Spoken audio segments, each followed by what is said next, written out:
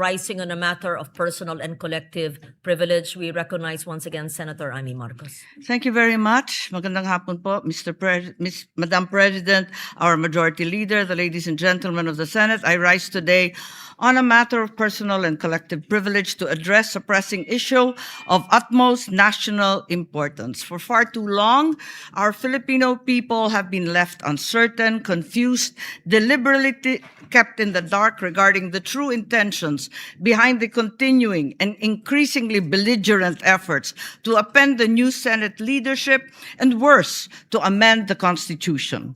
The Filipino people deserve clarity. The Filipino people deserve honesty, and above all, the Filipino people deserve at least the truth. Madam President, today I will not rely solely on my own words. I will present before this chamber a short video containing documentation, footage, and statements directly connected to the ongoing efforts toward term extension and charter change. With your permission, therefore, may we now direct the technical team to play the video presentation. Bakit nagpalit ng liderato sa Senado? May I be allowed to humbly move to declare all seats vacant, Mr. President? With 13 affirmative votes, 10 negative votes, and 1 abstention, the positions in all the positions in the Senate is hereby declared vacant. Bakit ito nilusog?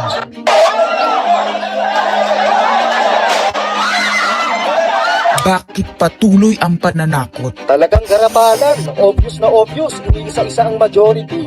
Bakit may panggigipit? Pinakakasuhan ng Ombudsman si Senator Rodante Marcoleta ng plunder at indirect bribery.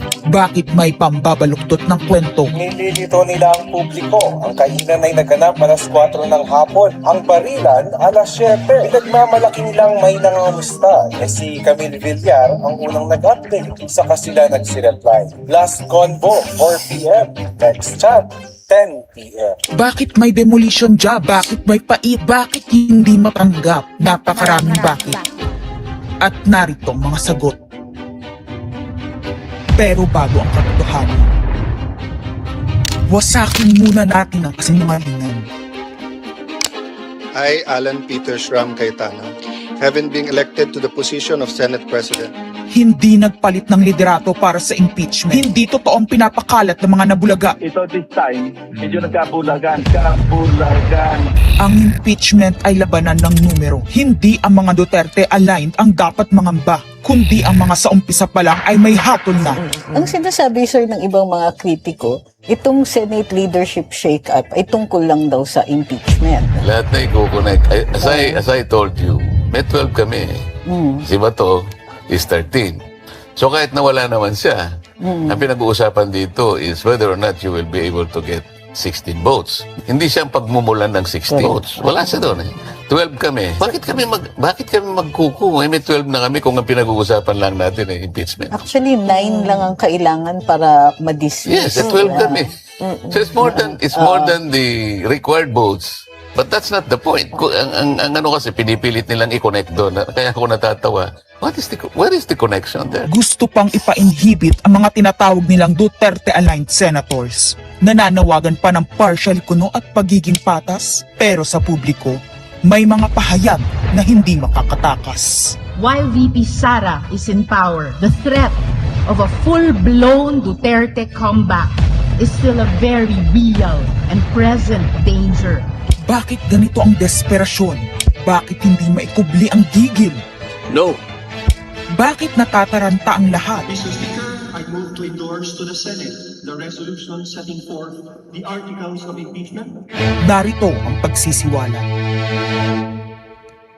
Noong April 22 sa Soler, nagkita si Tito Soto at House Speaker D para pag-usapan kung ano ang papakialaman sa 1987 Constitution habang nakaupo si Bongbong Marcos. Kasama ni House Speaker D ay si South Cotabato Congressman Ferdinand Hernandez. Kasama ni Soto ay ang dating Senate Secretary na si Mark Mendoza. Konas ang gusto nilang mode ng charter change. Muling isinusulong sa Kamara ang charter change o pag-amyenda sa konstitusyon sa pamamagitan ng Constitutional Convention. Is something big brewing inside the government to claims of a possible no-election scenario? Ang pag-aamyenda ng konstitusyon sa pamamagitan ng Constituent Assembly. At para makakuha ng suporta sa Senado at sa Kongreso, ito dapat ang mga nilalaman. Dapat ma-extend ang termino ng mga senador at congressmen na mawawala na sa pwesto by 2028. Ang eleksyon sa bawat senador ay magiging by region. Nagdiskusyon sila kung 2 o 3 senador per region. Kinompute nila kung mayroong 18 regions, nasa 36 o 54 ang magiging senador. Lumutang din ang usapang para hindi makaporma si Inday Sara sa 2028, gawing 50 years old ang edad ng pwedeng tumakbo. Pero nagpanukala rin si Soto na pwedeng gawing 35 years old para kay Vico Soto. Dahil ipagmamayabang niyang kayang talunin ito si Inday Sara. Meron ako idadagdag maganda, Vicky. Ibaba natin ang edad ng presidente to 35. Magagaling ng bata ngayon eh. Magagaling eh. Ibigay na natin sa mga kabataan na pagpatakbo nitong bansa. Baka puro matino pa mailagay natin. Baka sabihin nila, Senator Soto, this is to siguro allow your nephew, ba, si Vico, na tumakbo. Sabi ko na Maging qualify. Sabi ko na mag-iisip sila ng gano'n. Hindi ko naisip si Vico rin. Ang impormasyong ito ay mula mismo sa kasama sa meeting. Kasama din nila ay isang congressman, isang gobernador, isang retired military officer, isang dating may mataas na katungkulan, at 5 mula sa private at business sector. Kaya ba binaliwala ang panawagan ng taong bayan? Kaya ba binaliwala ang paalala ng Iglesia ni Cristo? Hindi po nagbabago ang bilin ng Iglesia ni Cristo, Nelson, na ang Iglesia ni Cristo po ay tutol sa impeachment. Kaya ba nagtatapang-tapangan ang mga umaastang bida sa ginagawa nilang tunay na drama? Kaya ba nila sinasabing hindi sila natatakot sa eleksyon ay dahil alam nilang walang eleksyon na magaganap? Hindi po kami natatakot sa susunod na eleksyon. At ang boto sa impeachment ay refleksyon ng boto sa pagsira sa 1987 Constitution. Pabor ang karamihan sa mga pagbabago sa saligang batas, lalo na sa usaping ekonomiya. Ngunit kung papakialaman ng iilan ang konstitusyon para maghari-harian at para sa pansariling kapakinabangan, makapwesto ng matagal o mailuklok ang kamag-anak, humanda kayo sa galit ng bayan. Ang pagpapalit ng liderato sa Senado ay hindi kakaiba. Ito ay nakabase sa prioridad at gusto ng mga senador. Bumabahana ng ebidensya laban kina Bongbong Marcos, Liza Marcos, Sandro Marcos at Marvin Romualdez. Kailangan ng may bayag sa Blue Ribbon Committee. Ipinangako na sa mga korap na mambabatas ang perang malilikom sa 2027. 2028 national budget. Dapat pigilan. 2028, alam natin that's the election budget. And it was assured to the congressman, this will also be the CONAS budget. Nagiging isa ng malaking sindikato ang pamahalaan. Sinusuportahan ito ng mga dating kalaban, mga tinulungang manalo noong nakaraang eleksyon, mga may galit sa nagdaang administrasyon. Lahat sila kasama ng pinakamalaking troll farms at ilang bahagi ng mainstream media ay pinagagana ng 2 bagay. Pera galing sa korupsyon, galit sa mga Duterte. Mahalaga ang liderato ng Senado para sa mga korap at nakasandal sa mga buwaya ng kapangyarihan. Ngunit mas mahalaga ito sa mga naninindigan na ang Senado ay bantayog ng konstitusyon na hindi dapat tinatakot, sinusuhulan at iniipit upang maging tau-tauhan. Maaaring hati ngayon ang Senado. Maaaring kanya-kanyang bersyon ng kwento. Wala nang pakialam kung ano ang totoo. Isa itong indikasyon na gumagana ang demokrasya. Kailangan lang maalala ng bawat senador na kahit sila ay may kapangyarihan, hindi dapat nila malimutan magpakatao. Sa kabila ng lahat ng problema, pinakamababang halaga ng piso sa kasaysayan, mataas na bilihin at gasolina, kawalan ng trabaho, halos wala nang makain. Nagpapakamatay na mga magsasaka. Ang inuuna ay politika, impeachment at kung ano-anong propaganda para mabalik ang kontrol sa Senado ng mga nangako na maisakatuparan ang pagpapahaba ng panahon sa kapangyarihan. Kung magde-deny yung mga nandoon sa meeting na yon at pabubulaanan yung aking sinabi, then sasabihin ko kung sino ang nagsiwalat sa amin. Kasi magugulantang ang buong bansa pag siniwalat ko kung sino yung nagsabi sa amin.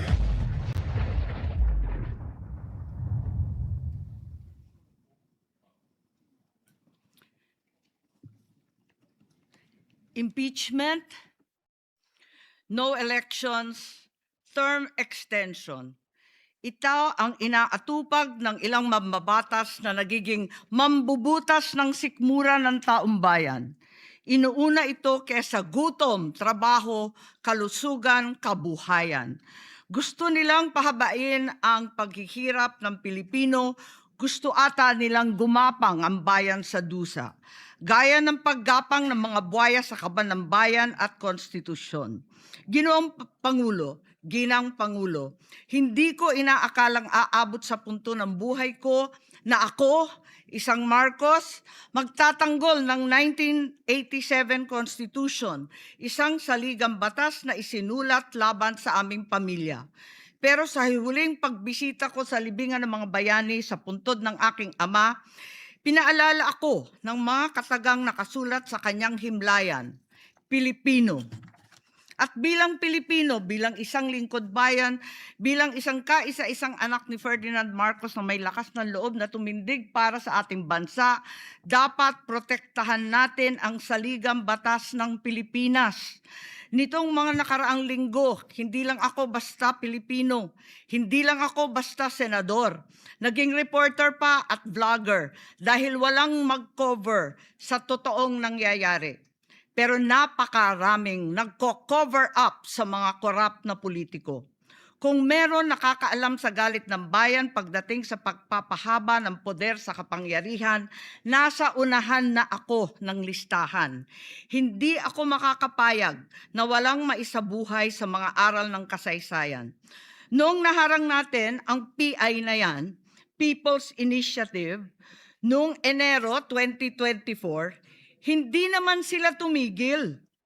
Noong 12 ng Agosto 2025, unang inihayag ni Bongbong Marcos ng ating Pangulo na hindi niya tututulan ang isang Constitutional Convention o CONCON upang ayusin umano ang mga butas sa saligang batas, kasunod ng pahiwatig ng Kongreso na sumusuporta nito.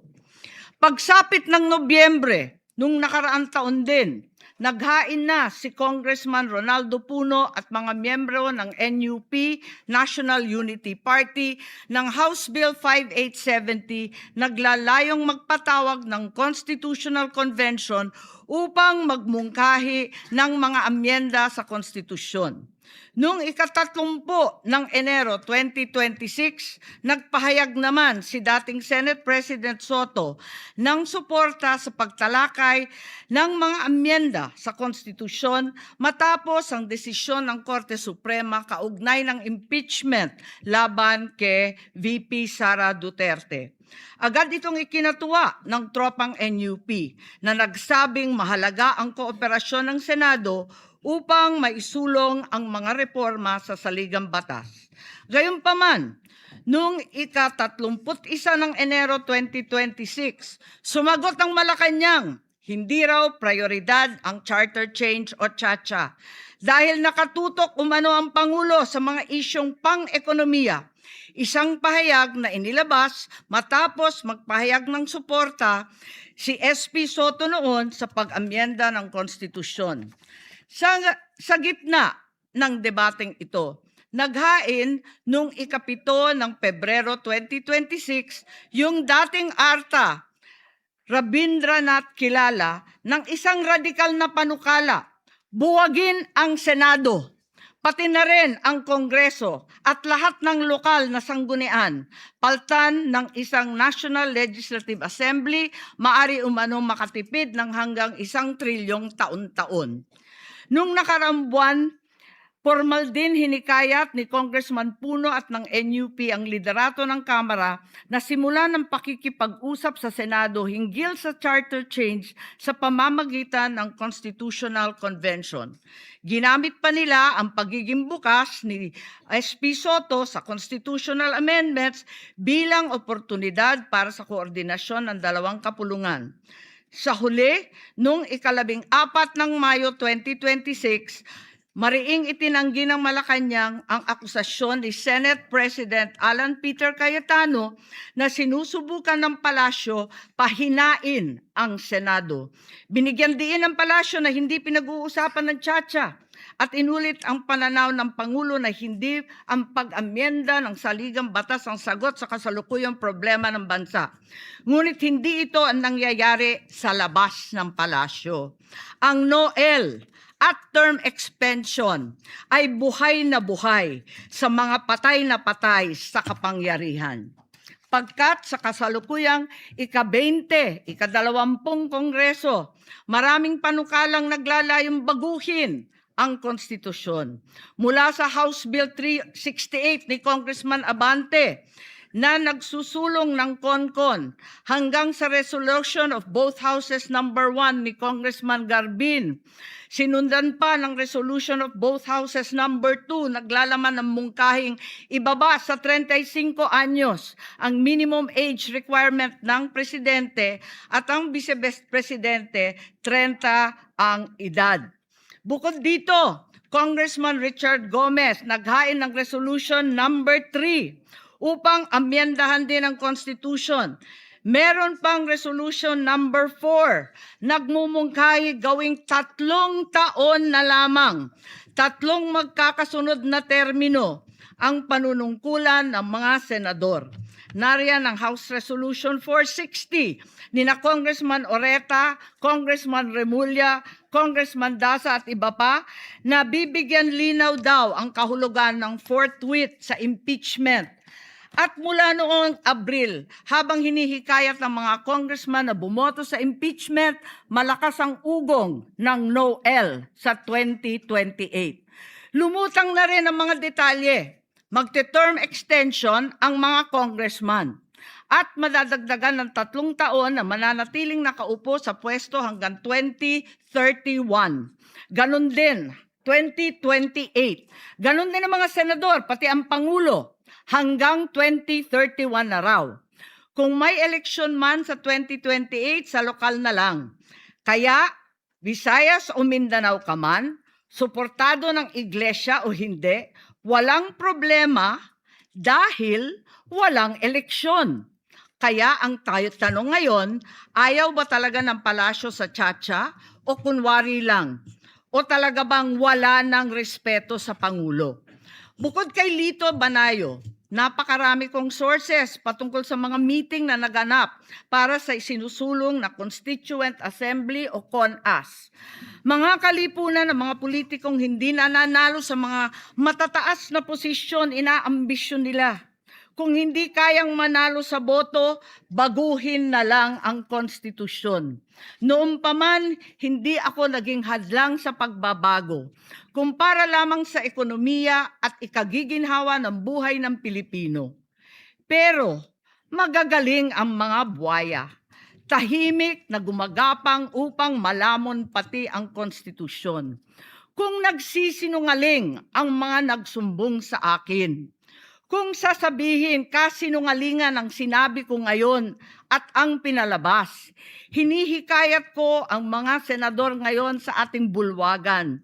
Ipangako natin sa taong bayan na may eleksyon sa 2028 mula sa presidential hanggang sa lokal. At Madam President, magiging masaya akong mapatunayan na mali ako. Dahil ibig sabihin nun, mananalo ang tama. In the interest of time and that this chamber may proceed with its scheduled legislative business, I will not entertain any interpellations at this juncture and would rather allow the facts in the video as well as confronting this nation to resonate fully with this chamber and the Filipino people. I urge this body to look deeply into what we have witnessed today, act with vigilance, courage, and fidelity to the Constitution we swore to defend. Maraming salamat po. Thank you. Madam President, may I make Yes, we recognize Senator Mig Subiri. point of order? Madam President, the point of order. Under Section 93, 94, and 95 on unparliamentary acts and language, I just want to point out that the video that the lady senator presented was obviously opinionated, a propaganda tool, right? It's should be stricken off the record, Madam President. And it's unparliamentary. We've seen videos presenting evidence on issues that are taken up on the floor. Senator Tulfo always comes out with videos showing people being mauled, people being abused for the information of this body to act on that particular issue. But to come up with an opinionated piece like that, ganong klaseng video na propaganda, na sowing intrigue. Kasi ako, Madam President, hindi naman ako sang-ayon sa people's charter change. I was the first one in this institution who fought that kind of move with the PI, and all of us together, kaming lahat, for the first time in the history of the Senate, 24 senators tumayo dyan at pinasapo natin yung Contra People's Initiative, na fake People's Initiative, na talagang kinall out natin yung lahat ng grupo ng tumutulak nun, from the Speaker and even Malacanang, kinalaban natin. Kaya wala kaming kinalaman dyan. Bakit sinama kami dyan sa propaganda na yan? Na dahil kami, Duwag 11? Ano ba yan? Bulaga 11? At grade 13? That should not be shown here. Because what will stop us now, Madam President, for that lady senator, that we come up also with a propaganda video here, papalabas din namin, yung mga sala nila. Oo, kung ano-ano, hindi naman kami ganyan. No? To gain traction, to gain views and publicity, will destroy our fellow colleagues here? Walang ganyanan. Ako, hindi ako nagagalit. Kilala niyo ako. Ako pinaka-amiable dito. Mahal ko kayong lahat. Pero hindi tama yung pangyayaring iyon. Hindi ba? Kung galit po kayo, magsalita po siya dyan, magalit siya sa gobyerno niya. Magalit siya sa kapatid niya. Murahin niya kapatid niya. Pero wag naman niya idamay yung mga tao na walang kinalaman dyan. Katulad niya, never ako kinausap ni Senate President Soto. Never ako kinausap ng mga kasamahan ko dito about charter change. Kasi alam din nila, tutol ako. Tinanong ko din sila, wala silang kausap, wala silang kinalaman, wala silang alam sa charter change. This whole group is just nodding, shaking their heads. There is no such thing. Inday-badiday na ba tayo dito sa Senado? Kaya nga sinasabi, we're a circus. I apologize to those who are watching. They think we're a circus. We are a circus because this type of language that we are pushing in this August chamber, it's unparliamentary, Madam President. It is unparliamentary. And I'll tell you now, these people here, ladies and gentlemen, in this body, are not in favor of any amendments to the Constitution. We just want to bring back the integrity of this same chamber. Cannot we discuss that as a group, as a body, that we fight for our integrity, for the good name to be brought back, for people like Jokno, people like Tanyada, people like Aquino, people like Salonga, even Frank Drilon, people like Miriam Defensor Santiago, Joker Arroyo, who stood here for what was the best times of our institution. Have we forgotten that and we've made it already like a circus? Madam Chair, I do not agree. Because I'm not Macamarcos. I'm not, so when you come up with a propaganda tool like that, hitting all of us, it makes us look that we are, nasa panig po kami ng mali at nasa panig po kami ng mga demonyo. May panindigan po kami lahat dito, Madam President. So therefore, you can see my passion on this. I move to strike the horrible propaganda video off the records of this great institution, Madam President.